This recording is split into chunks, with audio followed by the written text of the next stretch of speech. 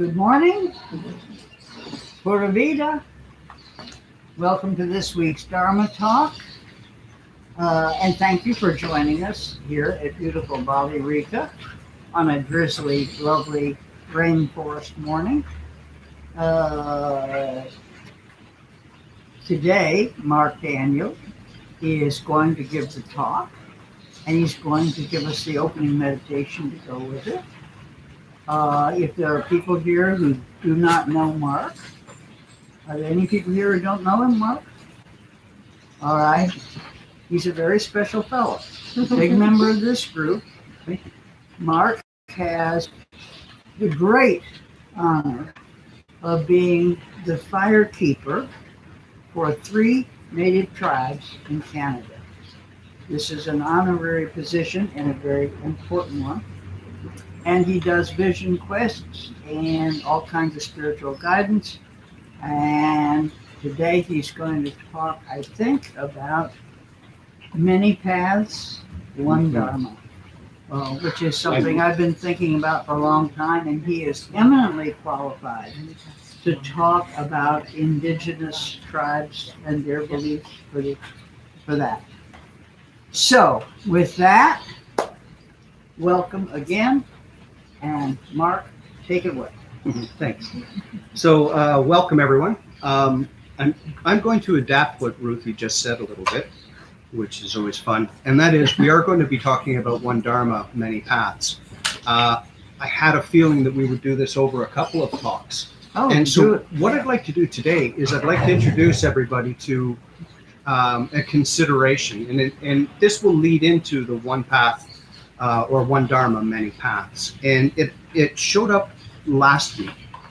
And I think it's a wonderful opportunity. So if you don't mind, I'm going to veer off a little bit. Sure. and then hopefully come back into it, certainly when I do the next talk. Yeah, absolutely. When Ruthie was talking and she said something, it reminded me there are catchphrases in life. Like if I say, "Here's Johnny," everybody knows that and they have this visual. And I think the one that our group will always remember is welcome to. I can't remember. Perfect. You all make me feel so much better. I did it for you, Ruthie. Okay. Welcome to this week's Dharma. Yeah. Welcome to this week's Dharma. Welcome to this week's. It's just a phrase. I think it'll stick with us. That said, what I'd like to do is I'd like to take you on a little meditation. It's not going to be a very long one, 5 minutes-ish, so you have an idea. And as you're listening to me and preparing, I'm just going to encourage you all just to settle into your breath as I'm talking. And just notice where you're holding tension in your body. Notice, are you sitting comfortably or are you forcing to sit comfortably? Is it just flowing naturally or are you having to work at it at some level? And just being aware of that as I prepare you for this meditation. It's a very simple meditation. It's guided. You just are encouraged to consider. And it begins with, as you're settling in and getting comfortable, I'm going to encourage you, ask, request, that you settle into your mind's eye. And if you don't know where that is, just believe that you know where it is and let it guide you. Your mind's eye is very important. This is where we get our insight, our guidance. It helps us to make sense of the messages that we receive. And so right now, you're just opening your mind's eye. Your eyes can be closed. Your physical eyes can be opened or closed. And just settling into the breath. As you do so, just relaxing and enjoying.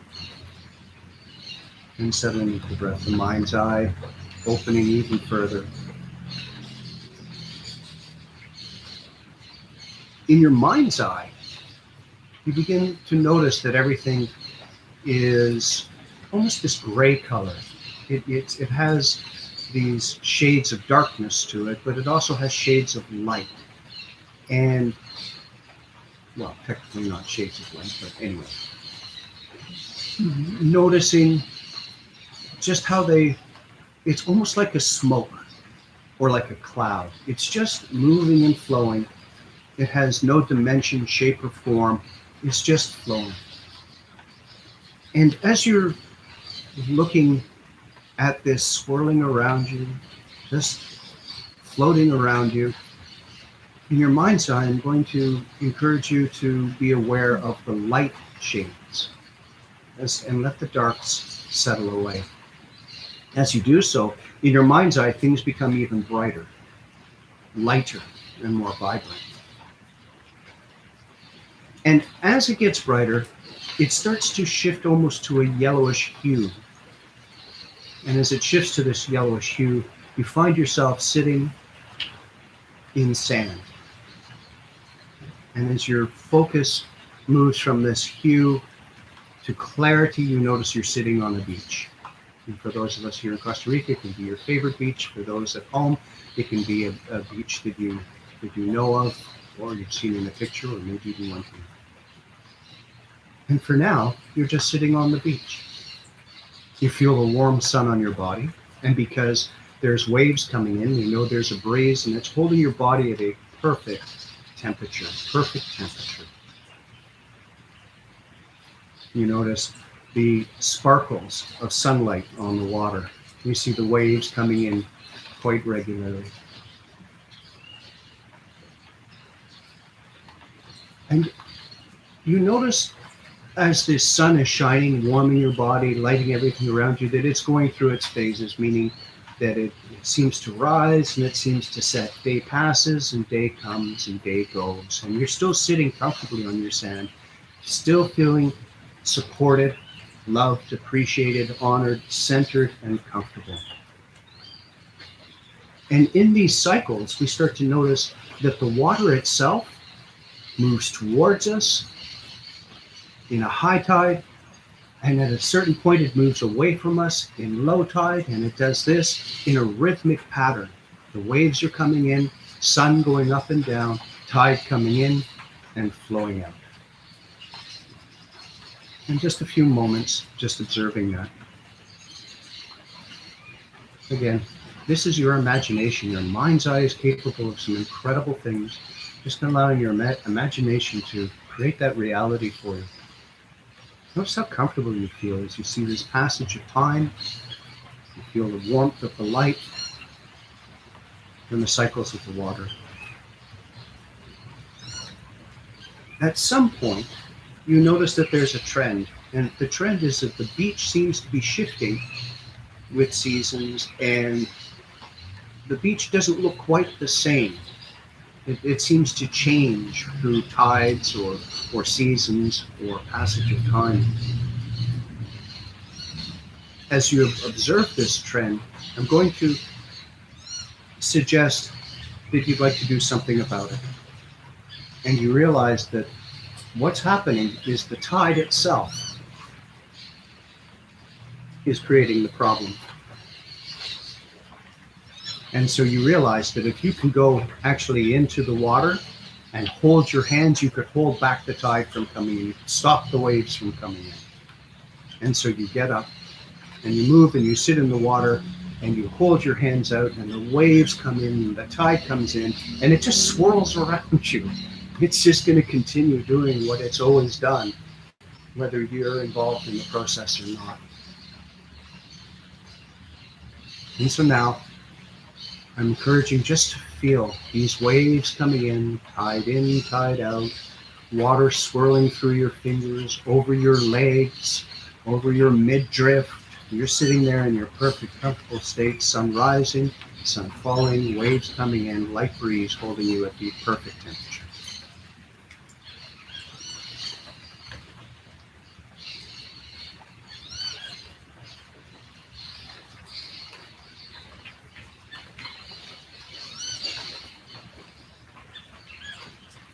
It may come to you at this point that you didn't stop the water. You became part of it. You may have influenced a little bit what was going on behind you, but you haven't stopped the tides and the waves, the wind and the sun.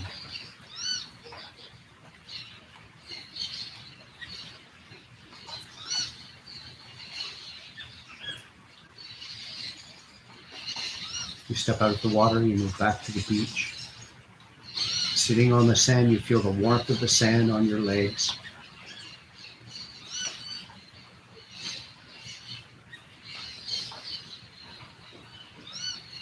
And you relax and you let go.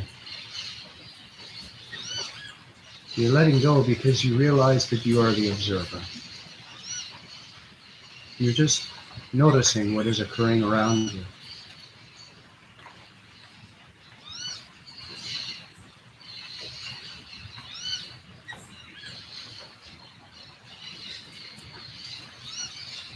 In your mind's eye, your eyes slowly start to close again. And as they do, you can feel that yellow glow of the sun on your face, the warmth and the cooling breeze. And it starts to fade to become this smoke or this mist or this cloud that swirls around you now, coming back, encompassing you in this transitional space.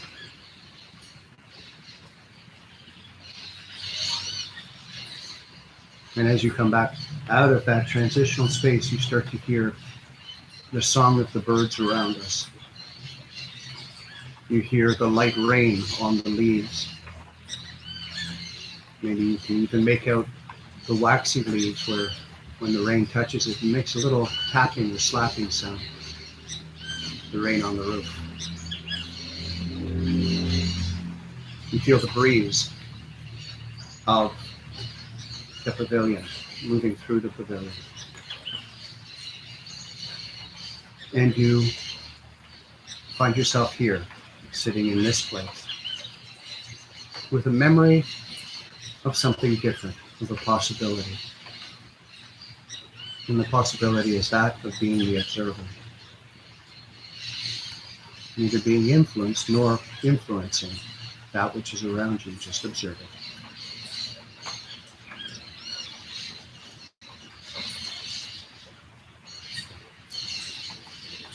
And just sitting for a few moments.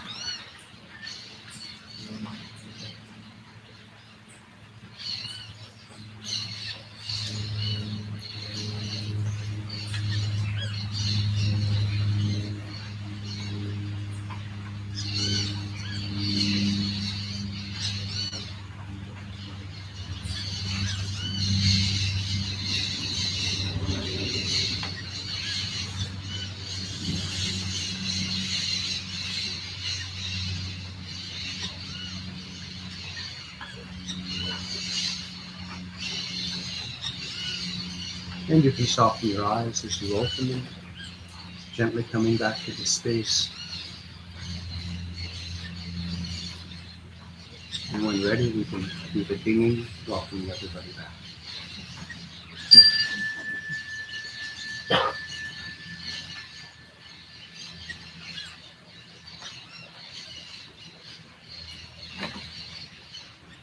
I mentioned that there was a conversation that we had last week, and it was a really wonderful conversation, a wonderful suggestion that was made. And the reason I'm adapting my talk today is because there was a door that was opened, and we started to explore it, but I feel we can go further into it. We can explore it a little bit more. And one of the first things in exploring this is we know that in the teachings of the Dharma from the Buddha, that there is suffering in life. But one of the things that we tend to forget is that the Buddha doesn't say it's always our suffering. We could be witnessing it on behalf of somebody else. And what do we do about that? Do we take it on? Do we process it? What is our responsibility in those particular cases? And I feel that the Four Noble Truths and the Eightfold Path addresses this. And, you know, through Ruthie's wonderful guidance and her knowledge of Dharma that she's been sharing with us, and we've been going on some pretty far explorations of the Dharma, aspects of it. And it's kind of nice to look back and come back into the very beginning and remember that the reason we come to have these conversations is to remember that suffering is a part of life. And normally it's our suffering and we're creating our own. We know the four truths. Suffering is part of life. Two, generally speaking, we are the creation of the suffering. Three, that we made a choice to do it, and if we made a choice to do it, then we can step out of it.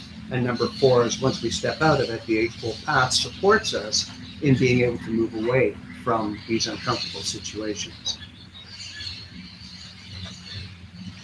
What I'd like to suggest today, though, is that suffering is not something that we necessarily run away from. Rather, it's something we move towards. Meaning that in order for change to occur in our life, there has to be a path that has presented itself. And normally what we end up doing is fighting that path until such a point that the choice or moving on to the new path is less problematic than the one that we're on. Or let me rephrase this. When the suffering gets to such a point that we can't take it anymore, we'll make a change. But isn't it also true that before any possible change, we know that there's going to be concerns, worry, fear. I don't want this new change. And so that creates that suffering that we were talking about. Some months ago, I think it was about a year ago, I used an analogy of a rain barrel. And in the rain barrel was this calm body of water. And we're standing looking at it, and when we were standing looking at it, ripples start on it. But we liked it when it was nice and calm. And so what we do is we take our hand and we pat down the ripples. But we know what happens. As soon as you start patting down the ripples, you create a lot more ripples. Yeah, it's a wave. You end up getting waves. And so what we try to do is we try to find ways that we can calm the water without actually getting involved in calming the water. And again, we're as I'm suggesting these things, I'm going to ask you to consider the Four Noble Truths and the Eightfold Path from your perspective. Mm-hmm. If I just sit and observe the water, there will be a time when it will get calm again. And if I don't get involved in it, then perhaps it'll get calmer. Can I add something here? Please, absolutely. If each and every one of us, if we were handed a glass of water and just held it, that water would begin to tremble. Mm. And this takes you to the first lesson, which is what you're bringing up with the use of water. Mm-hmm. The only way to stop that water from moving, if you're holding it, no matter how quiet you are, is to let it go. Put it down. Which is what the Buddha is saying in the first intention, the renunciation. Just know when to put it down. So that's kind of in your... But no, that's actually perfect, because that's exactly where I'm going with this. Because one of the things that we were discussing last week was how do we let go of something? Mm-hmm. And it's very easy for all of us to say, just let go of it. You just open your hand and you let go. But I can tell you from my own personal experience, it's not that easy. I get emotionally attached. I get energetically attached to it. I caught up in my response, what I could have done better, what that person or situation could have been better, that event could have been better if something else had changed. Lisa and I have just gone through a past week of addressing a challenge, and we were being misunderstood, surprisingly enough.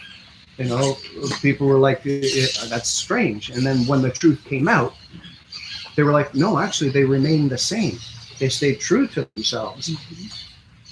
But there was a misunderstanding. Mm-hmm. And how do I not get involved in that situation when I'm dealing with something where another person's opinion or situation or belief comes in?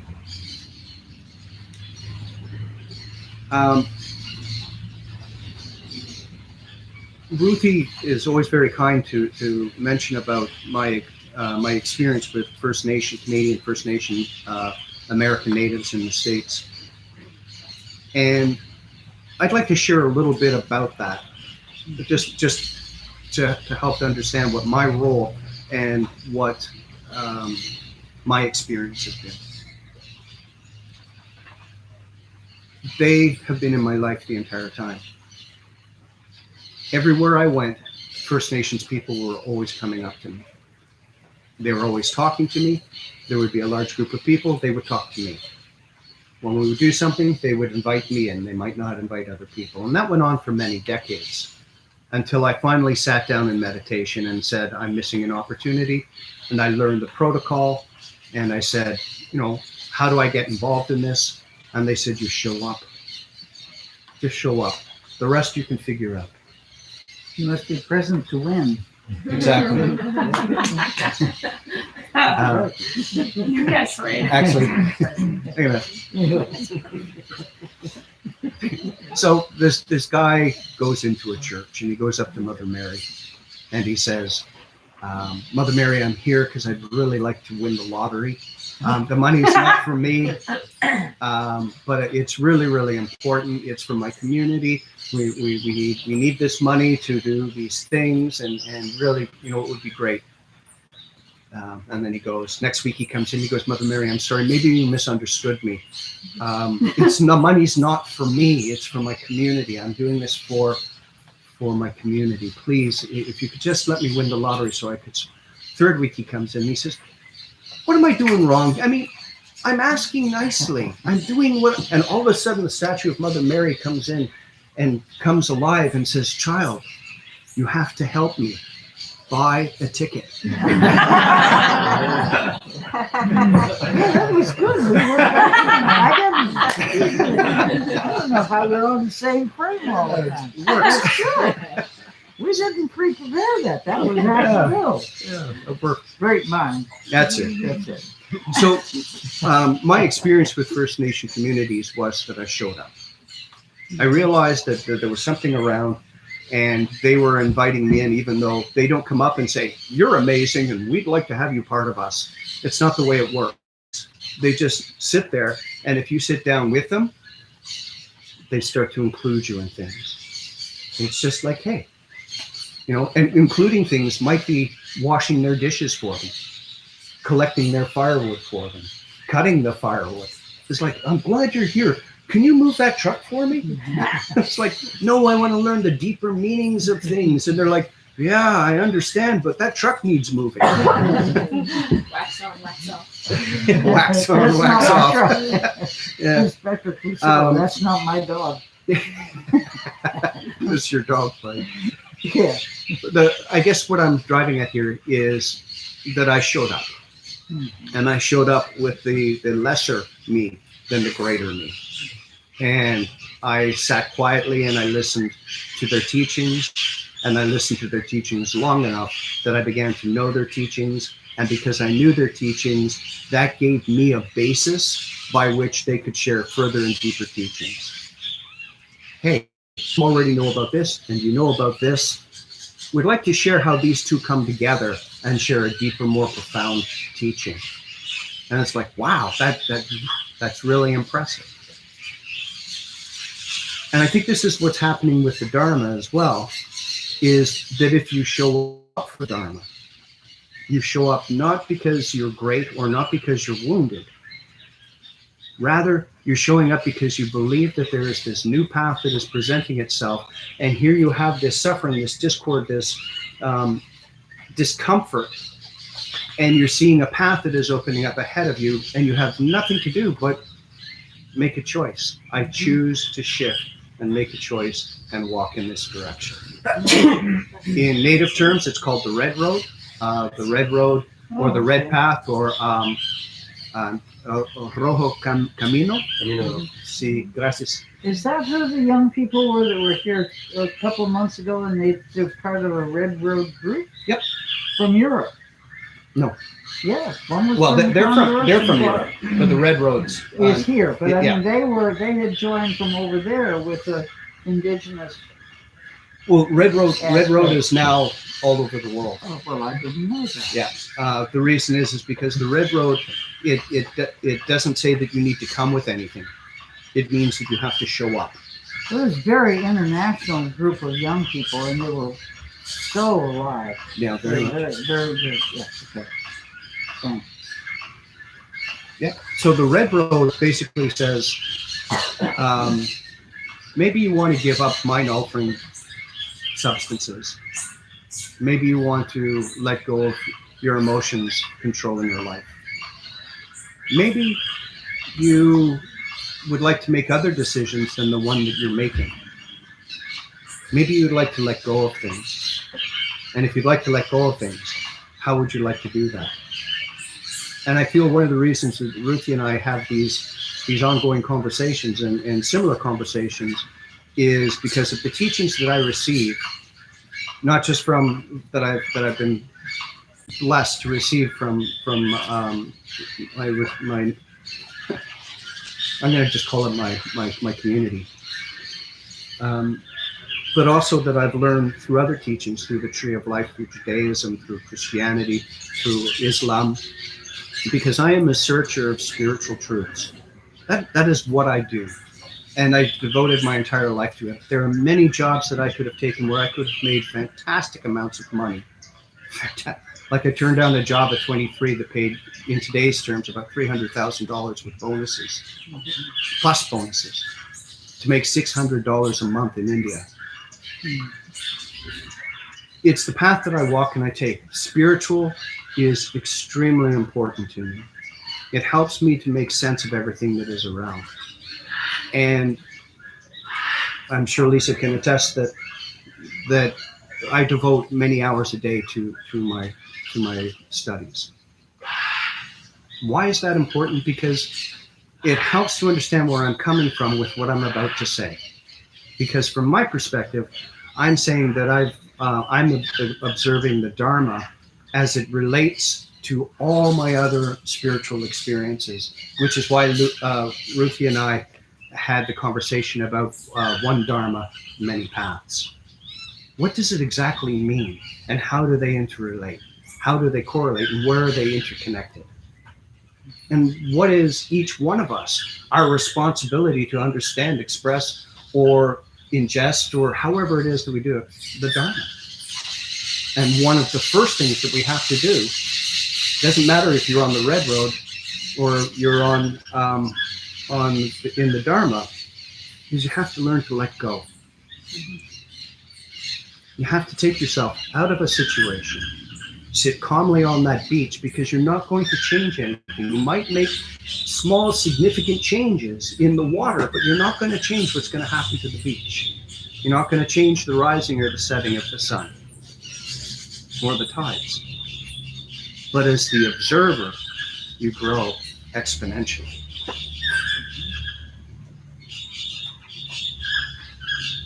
But how do you let go? How do you just open your hands and say, this isn't mine, even though everything that you're feeling inside of you, the angst, the frustration, the concern, the worry, the projection, the lament, how do you let go of all of that? And I have a feeling, and certainly open this to Ruthie, of course. The Buddha says, don't shun that or push it away. It says, embrace it, feel it, acknowledge it. You know what? I am pissed off right now. Mm-hmm. I am pissed off. This doesn't feel right. What I'm experiencing does not meet with my morals, does not meet with the way that I see the world. But what the Buddha does say is be aware of what you do with it. Please. The very word Dharma, that it has many, many meanings. In a dictionary, the word Dharma has something like 18 meanings. But interestingly enough, in the original language, Dharma means to hold and to place. And this fits in with what you're saying. We talk about letting go of things by actually holding it, without animosity, without aversion, etc., etc. And this brings us back to the idea that where you place your mind is the direction of your life. Each and every person. And I didn't really make the point last week that I wanted to make. I don't want to interrupt. No, please. But that when we were talking about the fact that the Buddha says suffering is everything from a hangnail to everything else. And he likened it to the wagon with four wheels. And the only one you pay attention to is the one that isn't functioning. There are three wheels that are working perfectly, trying to take you where you want to go. But your attention is immediately taken up by the wheel that wobbles, or the little chair with that. The point being, one of the reasons we work on meditation and awareness is evolutionary reasons have told us that we notice that which does not fit into to a harmonious pattern. The point I didn't make is that you carry that one step forward, and the Buddha says, okay, now you've got to start, you've got two things, you've got positive and negative. If the only thing that grabs your attention is the negative, that becomes a habit that you think and notice all things negative. You have to actually consciously equalize that with positive thinking, however positive thinking, etc. Which is really, I think that fits in here. It fits in perfectly. But we all know people who are just suffering all the time unnecessarily. They're complaining, they're whining, they're miserable. They want everybody else to be miserable, and it goes on and on. And you know what? You wish you could help them, and as Mark says, it's very hard to, because there has to be a conscious decision on their part. And if somehow they can see that they are now, their neural pathways are firmly dedicated to being miserable. And you're not going to come out of it because you said, "Why don't you cheer up?" All I want to do then is hit you. So, well, it's hard because the deep groove channels all of that energy, so they can't step out. But this is natural. The news is always bad news. You know, I mean, that's what you notice. If you're in traffic with 500 cars and you're really letting everything stay in your framework so you can be safe, the one car you notice is the one that's erratic, or, you know, it looks like it could cause trouble or something. We automatically see that which is negative. So if you don't consciously start to realize, hey, there are three other wheels here, or there are two other legs on the wobbly three-legged stool. So anyway, that's it. Perfect. Sorry about that. No, But I was worrying because I got home and I thought, you know, I really didn't finish making the point. Yeah, it was a beautiful conversation that I felt could be carried over into this one. So yeah. So this is where we are. We're trying to get away from the bad people that are whining and crying all the time because they make us want to cry. But if I can jump in now, Yeah. Yes, please. What I'm hoping to express here is, for those times where I am holding anger, frustration, or lament, how do I get out of them? Mm-hmm. I mean, it's fine for us to say, you just drop it, let it go, you place it here, but how do I do it? And I'm going to share a story with you that I share within one of my teachings in 40 days, and I'd like to share it with you all, because I feel we can find a path in it. And it goes like this, that each of you have this massive, beautiful house that you live in. It's a wonderful house, and it has many rooms. And I walk into your house, and as I walk into the house, I go into a place that you do most of your living, and that's called the living room. Mm-hmm. And you're not there. And so I walk through and I walk into another room, and I look for your family, and nobody's there, and you're not there, so you're not in the family room. You're not feeding yourself in the food area, the kitchen area. And I look and I look, and I go up the stairs, and I look and I see these rooms, and there's beds in them, but you're not sleeping. And I look and I think, well, that's so odd. And I walk and I down the hallway, and I see there's a room. It's dark, and there's no door on it. And I walk up, and you're standing in there. And I say, what are you doing? And you say, I'm trying to figure something out. And I go, what is it you're trying to figure out? Well, I've got this problem that I'm working on, and I just can't get away from it. And you go, well, okay. Why are you in there? Because I feel this room holds promise. It tells me I will find the answer if I come into this room. I say, how often do you go into this room? I go into the room a lot. And they go, okay. Do you ever find the answer? Never. And I go, well, I'm not going to go in there, but why don't you come with me and why don't we go into the living room and have a conversation? And lamented, you say, whatever, okay, let's do that. And the minute you walk out of the room, you start to feel better. Mm-hmm. And we go into the living room and we say, well, what's going on? What are you addressing? What's happening? And you say, well, this is what I'm confronting. Well, how do you feel about it now? I feel a little bit better. Things are certainly a lot clearer. And it's okay, well, great. And I leave. A couple of days later, I walk in, I open the door, I go into the living room, go into the family room, go into the kitchen, go to the bedrooms, can't find you, and there you are standing in that room again. Mm-hmm. And I go, what are you doing? I'm working on a problem. And I say, okay. How do I get out of this room? And I say, okay, well, why are you in there? Because this room promised me I would find an answer. I said, if you ever found an answer in there, I told you last time no, and it's still no. I said, well, why don't you come out of there? Why don't we go into the family room and talk about it in the family room? And you go, okay, and we start. This goes on for a month until finally I walk up to the door and I stand in front of the door and you're in the dark room and you look at me and you go, I get it. I understand. I'm never going to find the answers in this place, ever. So what I'm suggesting to you is that you already have the answer to be able to walk out of this. What you're being caught in is this loop, which Ruthie was talking about, these channels that focus your thought and energy where your energy is naturally going to go, because that channel is deeper than the one that's right beside it, so it naturally flows in that area.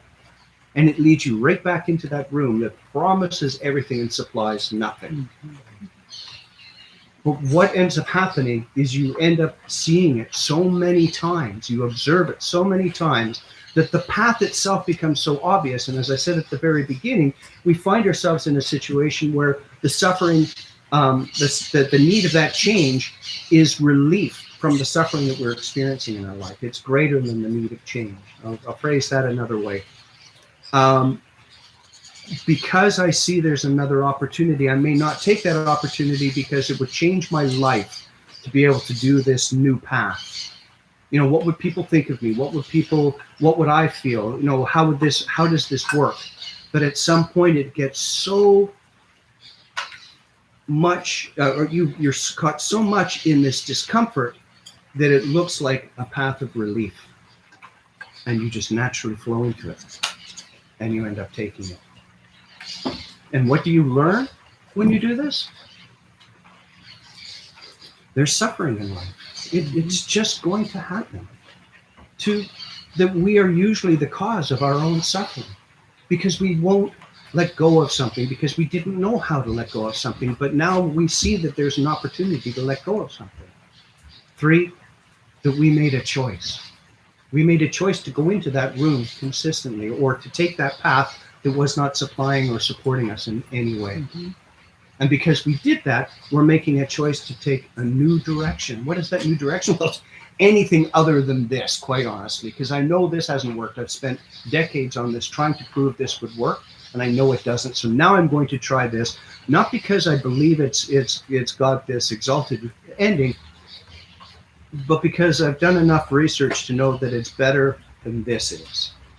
And that's my step forward. And the minute I step onto that path, I'm going to have these echoes, these patterns, these things in my life that are going to want to pull me back into that old story. You know, we see it in movies all the time. The person in the movie says, I tried to escape, but they keep pulling me back in. And our thoughts can do that. Our emotions can do that. And so it helps if we have a way not to be pulled back into that old story. Right thinking sure is, right focus. When we go through all the 8 paths, those are the things that when we feel ourselves being tugged back into that room, back onto that path that we walked away from, these are the things that help us to move forward. I feel my mind is so confused right now. I don't know what to do. Right? Meditation. Oh, why don't I just sit quietly for as long as I possibly can? I'm not going to do anything with these emotions. I'm not going to do anything with these thoughts. In fact, I'm going to do my best to do nothing with them. I'm going to sit on this cushion and I'm going to wait. But I can't get them out of my head. So now I'm going to focus on something that I know works for me, whatever that is. A popsicle. Another story. Please. There's a book that Barnes and Noble had for years on their, where they sold large quantities of good books. And it was a book on meditation. And talking about the dark room made me think of it. So it's a good time to share it while it's still in my head. The book opens with a psychiatrist with a patient who says, I am stuck in this black room and I'm trying to find the door, a window, any way out. And I cannot. Everything is just, I'm locked into this space. And that's the way I'm feeling. And finally, I get to the door. And I am pushing and pounding and struggling to get the door open, and it won't open. Can you help me? And the psychiatrist says, perhaps the door opens inward. So you get caught in that dark room and you're looking for an exit and you're doing all this and you finally find what you think is a way out and you force it. And forcing doesn't work. Just go in. It opens to the inside. So anyway, I had to share that. And I'm glad you did. It fit Okay. perfectly because it's what we're doing. And I would like to open this up for everybody to, if you have a way that works for you, that gets you out of that room or gets you out of those channels, that helps us. Because again, every single one of us is going to feel that lament, that anger, that frustration. We're all going to feel it. It's inescapable, at least here in the physical form anyway. We're not being told not to have these sensations or feelings. We're being asked, what do you want to do with them? What would you like to do with this? And the Dharma, what Ruthie and Jeff have been sharing, and myself and Lisa and everybody, is actually ways to get out of that room and out of those frustrations, to get out of the suffering. And so what I'd like to do is I'd like to also point out that because what Ruthie's been doing by Sharon's suggestion to come here and do this, is we've been getting these collections of thoughts and ideas all from personal experiences over 6 years now. And everybody has been saying, here's how I let go. Here's how I get frustrated, and here's how I let go. And I think that's why so many of us keep coming back, because we're hearing these little keys, these little insights, these little guidances, so that when we get into those situations where we go, oh, okay, well, maybe if I just let go of the tension in my hand and maybe I just relax and come back into it. It's okay. As I say, I'm going to open up. There was one other thing that I was going to do, but it doesn't fit so much anymore. Oh, actually, you know what? It does. Yeah, I'll do it really quickly. Another metaphor for you. Because of what I do, I have a lot of people that approach me and ask me for guidance. I just have this because of my experiences, and these collective experiences. I have ways of seeing things that often help people. And invariably what ends up happening is somebody will come up to me and they say, I would really like it if you could talk to this person. And I go, I bet you would. But I've got an idea. Why don't you have that person come and talk to me? And they're like, they'll never come and talk to you. And I say, well, why not? And they say, because they have this fortress around. They even say it. I have this safe. It's impenetrable. Nobody's ever going to break it. You'll never get inside of it. Not even you. And I look and I go, well, I don't want to get inside of it. Why would I want to go in there? And they say, because I thought that's what you do.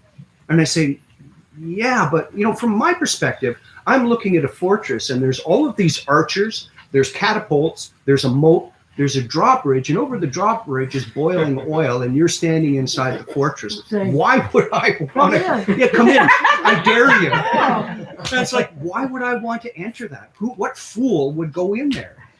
I assure you, your secrets are safe. Yeah. And they go, well, what are you going to do? And I said, well, I'm just going to stand right here. Yeah. And they say, why are you going to stand here? And I said, because I watched, and your archers, their arrows land right here. It's about a foot in front of me. So I know they're not going to hit me, but I'm just going to stand right here. Yeah. And they go, well, fine, whatever, but you're never getting in. And I go, you're right. And I wait. And I wait. And I wait. But the person in the fortress ends up going, what's with you? And so they get this little collection of people with swords and lances and shields, and the drawbridge drops, the doors open, and they come marching out in this little group and they stop right in the realm of in that zone where the archers reach, so that if I move forward, I'm toast. And they go, what are you doing? And so I'm just standing here. I'm waiting. What are you waiting for? I'm waiting for you to come and talk to me. And so, well, I'm here now. What do you want to talk about? And I said, well, I'm happy to talk to you, but you got to see from my perspective, it's not healthy for me to talk to you, because if I say anything wrong, you're going to attack me. Now, and this goes back into the fortress, they close everything up. A little while later, the person eventually walks out on their own. The archers have put down their bow and arrows, and he walks up, and the person stands before me and says, okay, what do you want to talk about? It's like, whatever it is that you want to talk about. And I say, well, I can't talk about it here. Do you feel like a cup of tea? And I go, yeah, I can handle a cup of tea. He goes, come on. And we walk back in, the drawbridge opens, and we walk into the fortress, and they go, here are my secrets. Yeah. Because they want to share them. The path is no longer about defending and trying to change the outside world. It's about allowing somebody to come in and make a difference in their life. This is what I do, and why I am such a firm believer in the Four Noble Truths and the Eightfold Path and everything that Ruthie has been sharing, because she has been throwing these keys to all of us, going, I don't know what lock this fits, but here, I got some more keys here. Reminds me of that. Yeah, try this key out, see if this key will work. And then Jeff comes in and he says, you know what, I've got some keys, and they kind of match Ruthie's keys. Here's a bunch of keys. Give these keys a try. And our role as our community is to go, nope. No, here, you try this one. Yeah. And we just keep trying these things. So collectively as a group, through the Dharma, through the teachings of the Buddha, through our conversations that we have, through these sessions, that we find ways to walk out of that room, to walk out of the frustration, the anger, even though we know it's going to happen to each one of us. Well, it's stimulating. Tom's here somewhere. Tom, you were here last over there. week. Yeah. Yeah, and after we had our talk a couple of weeks ago, and you brought up, I mentioned it in last week's session, if you ever hear it, we really add to each other, because you said, what's the difference between let it be and letting go? Mm-hmm. And I never thought of it. I had never thought of it. Never really considered that. So my first reaction is, well, they're the same, so, but they really aren't. To let something be is, if you put it down, you just leave it alone and let it resolve itself.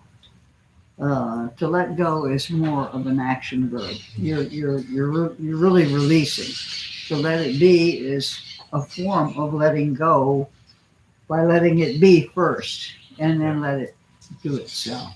So, but anyway, I went home and I thought, that's just, Mm-hmm. these conversations really, I think, get a lot of people, you get to think about things you don't normally, And those are you the don't keys. chit chat with people.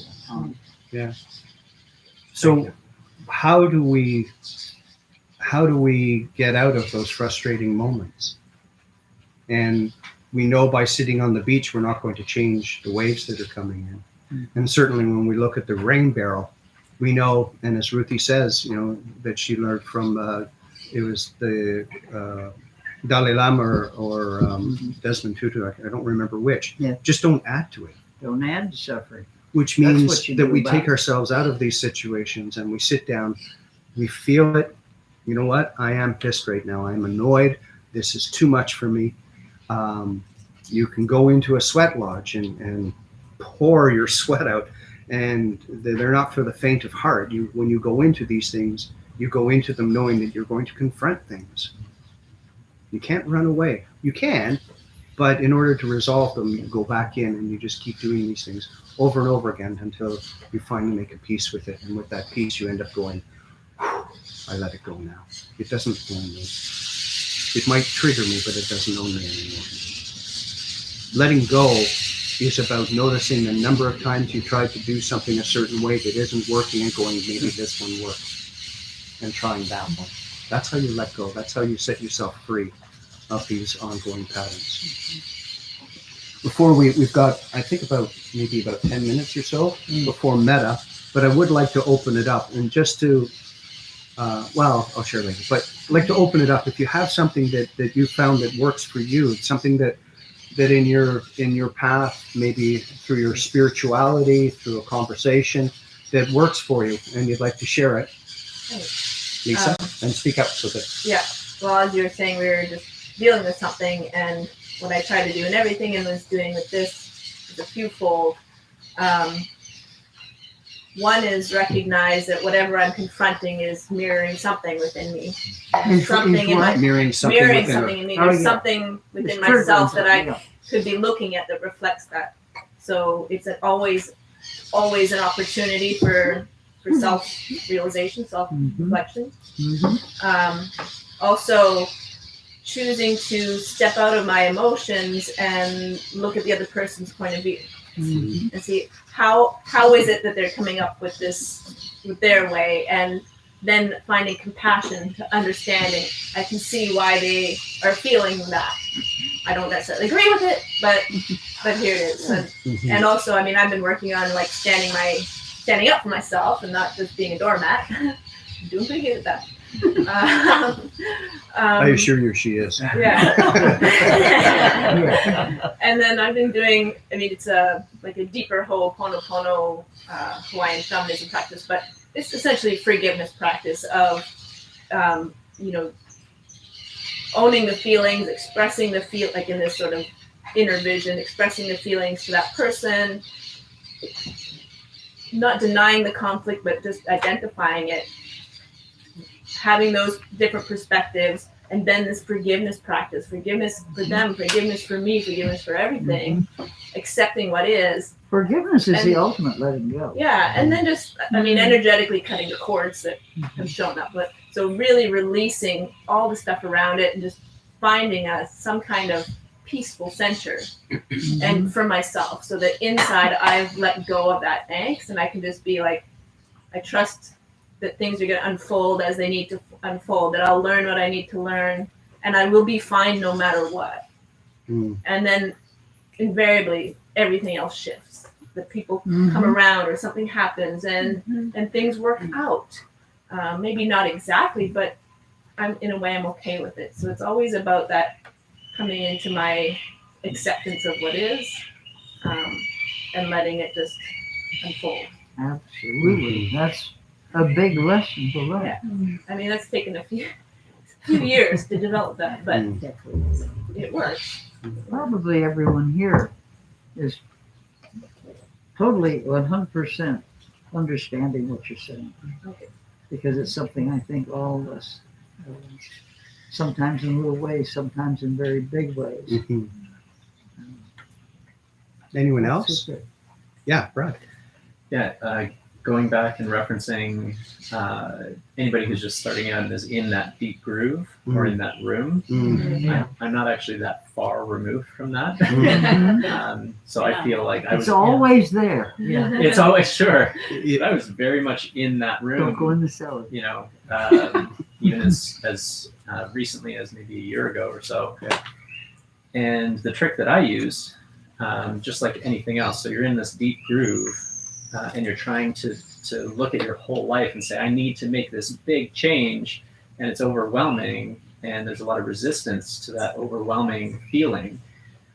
And for me, it was a hat. A hat? A hat. Okay. So I remember being in a grocery store and seeing Pura Vida hats Mm. Uh-huh. and thinking, oh, that hat's pretty cool. Uh-huh. But I don't wear hats. I'm not the kind of guy that wears a hat.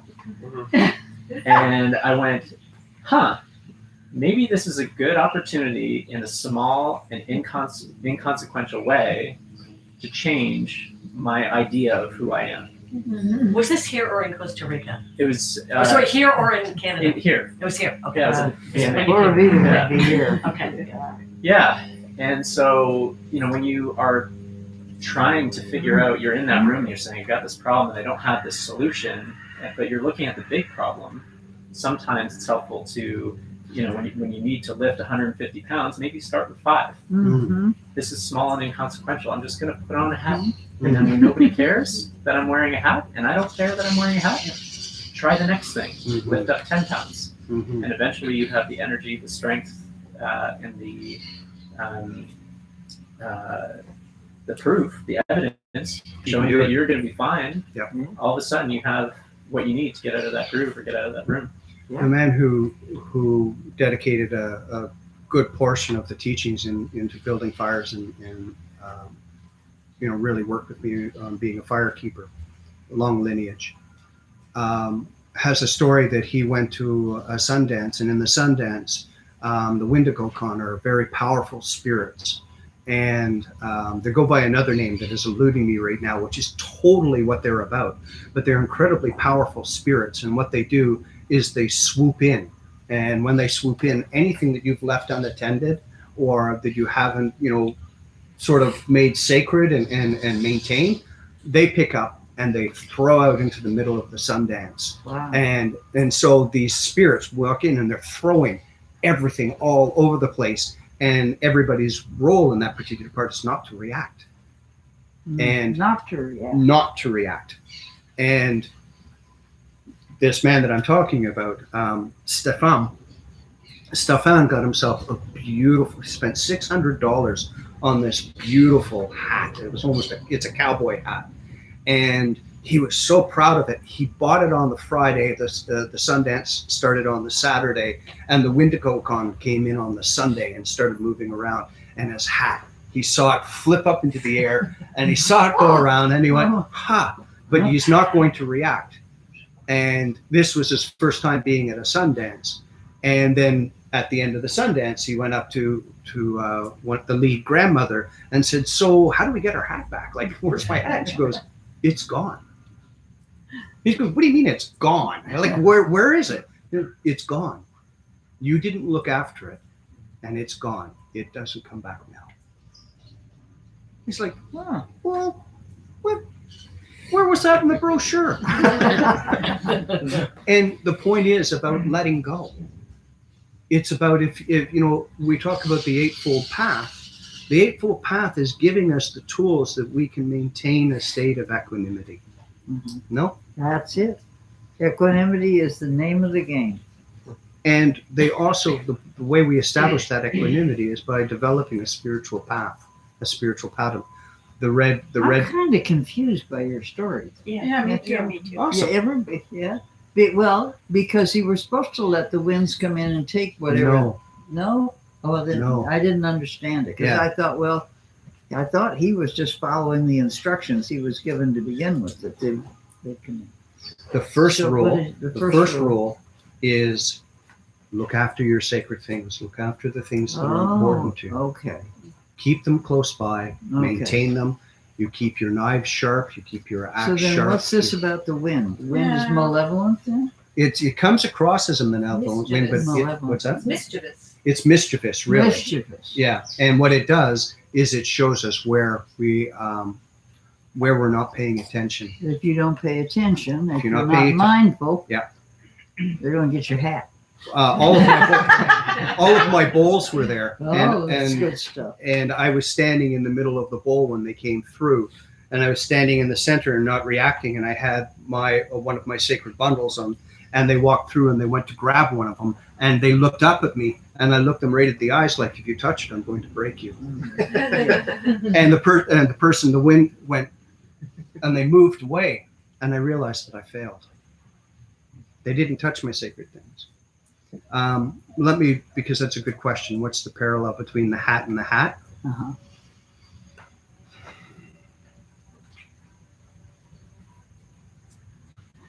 Well, while you're thinking, Brad, if you hadn't had this idea that I want to change, and I need to find a way to do it. In other words, if you had not sharpened your awareness, if you're not aware, if you're asleep, we go back to wake up, pay attention. Yeah. And you did on your own behalf. Mhm. And the problem is when we try and fix somebody else and pay attention on their behalf, and they don't want it. This is what he was talking about. And thank you, because you helped trigger it for me. Yeah, okay. The hat was a movement forward for him. It was a statement. And you might have hung on to that hat as a pinnacle point or a match that lit your sacred fire. Mhm. And if that hat was important to you, then you would do things to maintain that hat, that you would keep it by as a reminder of what you're capable of and that you're capable of making a change. My good friend Stefan took things for granted. He had a hat. It was important to him. It was symbolic for him. There's a long story behind the hat. He put the hat down away from him. It was out of his reach, and he wasn't maintaining it, and something came and took it away. And so he got a deeper lesson from his hat. Does that make more sense? Mhm. Yeah. Did I clarify that? Mhm. I think the Yeah. confusing part for me is that it's clinging. Clinging. Exactly. Yeah. Which the Buddha It's says, teaching clinging. Mhm. oh, from the First Nation point of view. Mm-hmm. I'll come back to that when we finish here, but I'll answer that because Okay. yeah, it's a really good point. Can I make a point that so many of our problems in life are in our relationship with other people, Mm-hmm. and a lot of people lately or historically have built castles around them, and they're hiding behind the castles. And they're terrified trapped about it. they're trapped by many different things that are not their responsibility. They do not feel it's their responsibility. We're surrounded by enemies, so we have to build a castle. That's That's right. really strong, and I'm not going to let anybody in.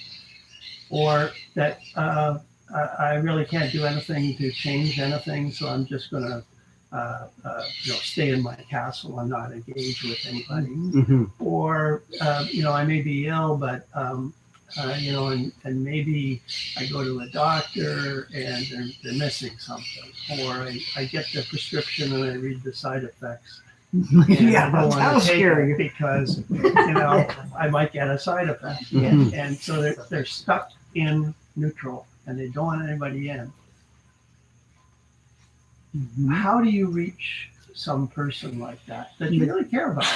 You And I introduce love them that. to it. You You shared introduce that them post to from different earlier today. That things, was really good. and if they take it, they take it. If they don't, They you've do. done. Yeah. You fulfilled your part. Can I?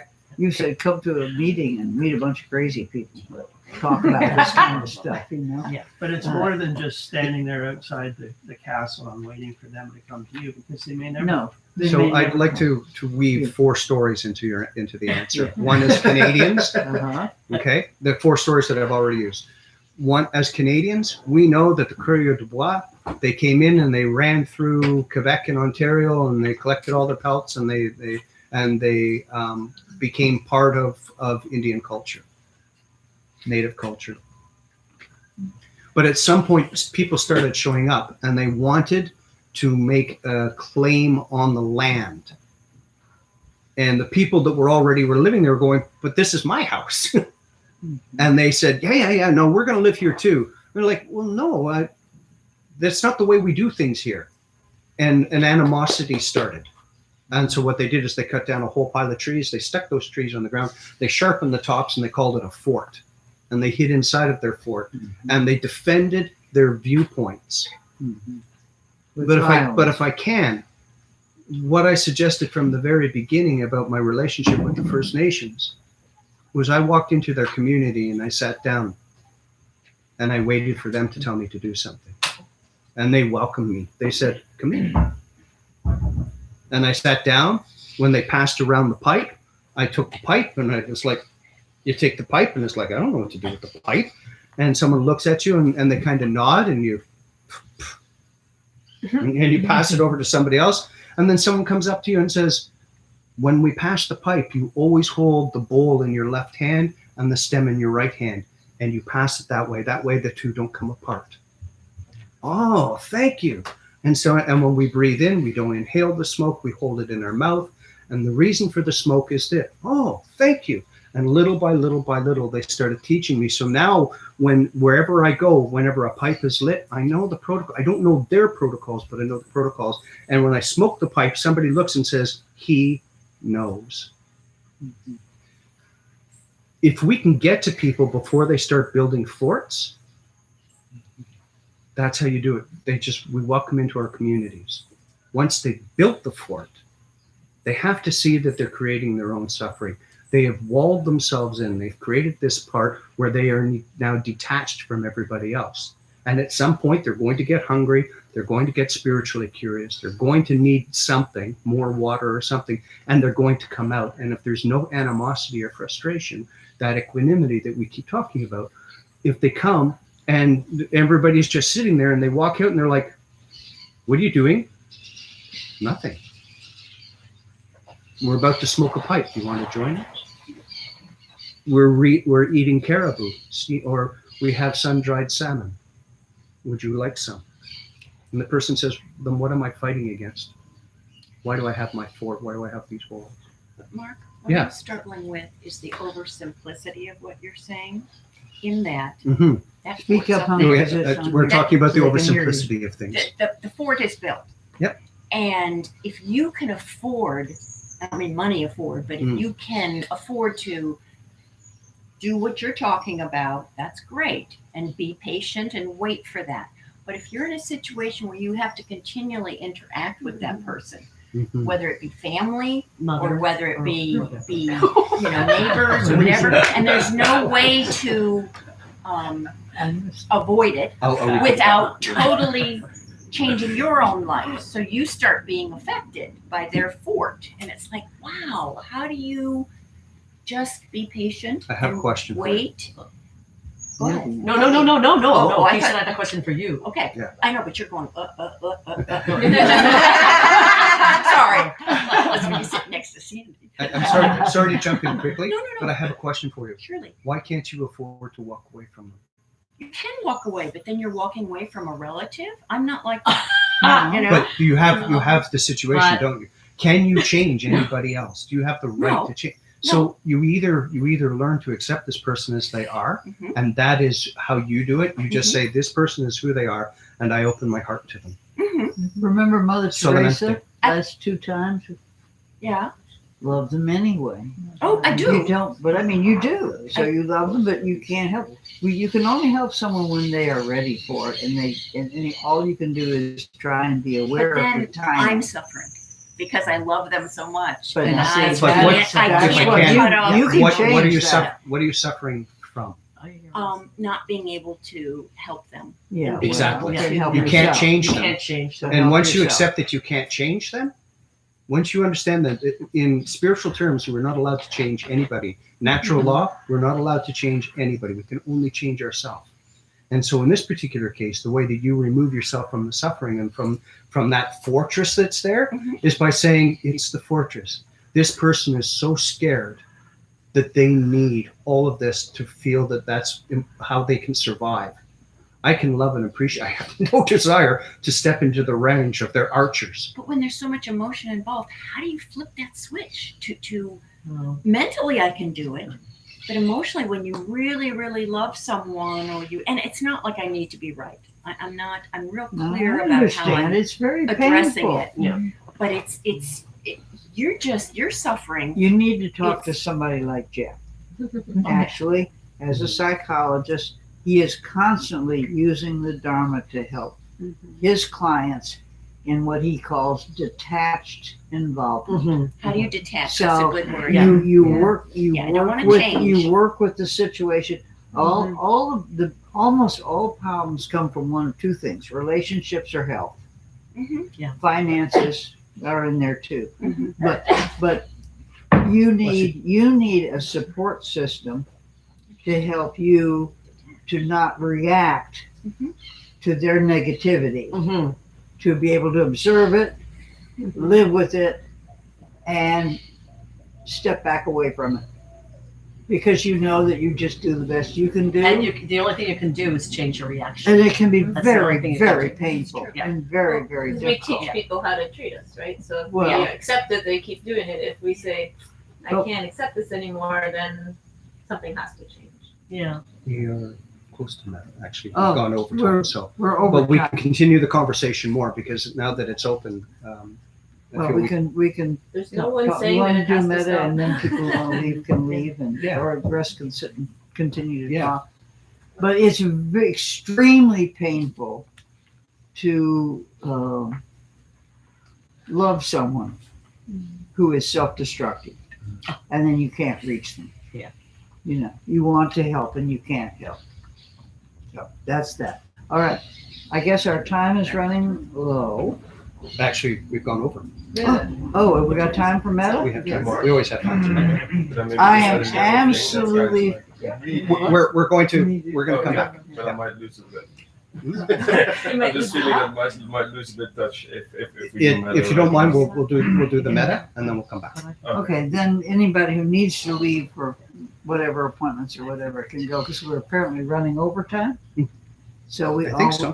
For those of you who are new here, we always end with loving kindness meditation, which is called metta or Maitri meditation. And rather than take a long time to pre-explain it, we're going to select one person at a time. There'll be 5 people. And I'm going to say a phrase, and you repeat it to yourself and try and actually take it in, really feel it. So if Suzanne will ding us in, get in a comfortable, stable, centered position, meditation posture. Okay.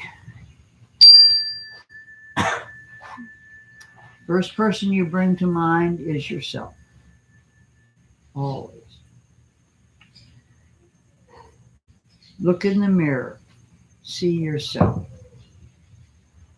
And say to yourself, may I be well.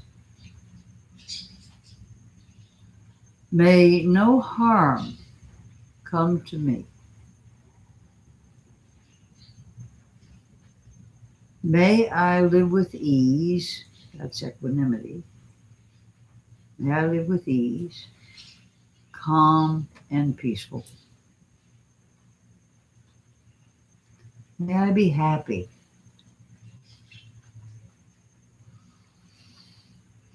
Smile at yourself. Move on to bring to mind someone you love, really, really love. Look at them, smile, say their name. May you be well. May no harm come to you. May you live with ease, calm and peaceful. May you be happy.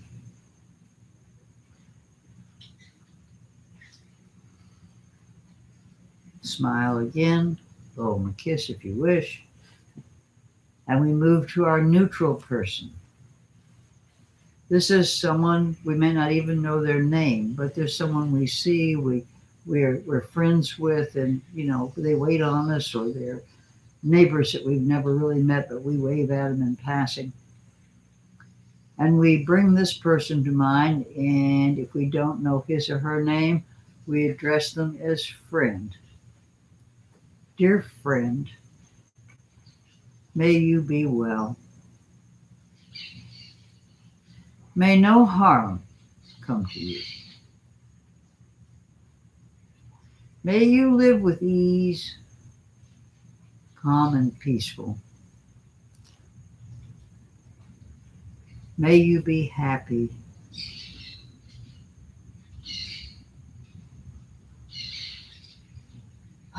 Another deep breath. We move further out, and now we bring to mind a person with whom we are in conflict. It could be a person living or dead, near or far. It could be a recent problem, or it could be a very old problem. But what we want to do is simply see them as another person and say to them, may you be well. May no harm come to you. May you live with ease, calm and peaceful. May you be happy. My ankle just went straight. This is a tough one, so take your time and realize that if you give up the malice, you've helped yourself a great deal. That's a big letting go. The forgiveness, the absence of ill will, the presence of unconditional friendliness. And now we take our hands, we put them over our hearts, because the heart is the only place spacious enough to hold the oneness that we all, that's but the many paths, all lead to oneness. For all the people on this planet and all the sentient beings everywhere in the universe, we take a really deep breath. We try and envision something that vast. And we say, may all beings everywhere on this plane and all other planes be well. May all beings everywhere be safe.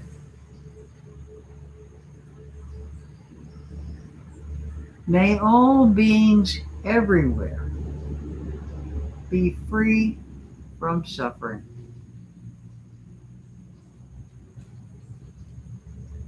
May all beings everywhere be happy. Now, if you're home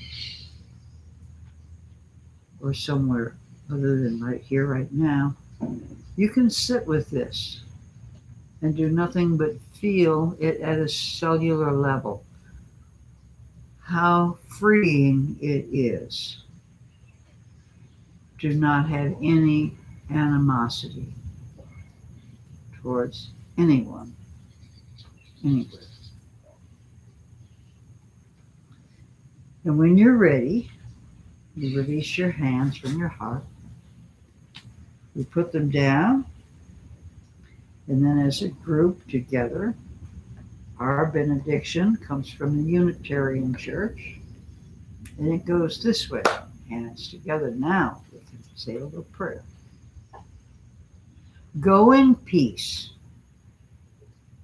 Go making peace. Living gently. Loving mightily. And bowing to the mysteries. Thank you all for coming. It's a wonderful day. Okay, see you next week. Thank you. Well, you have to leave. This is the time. We'll miss you. Those who want to hang around.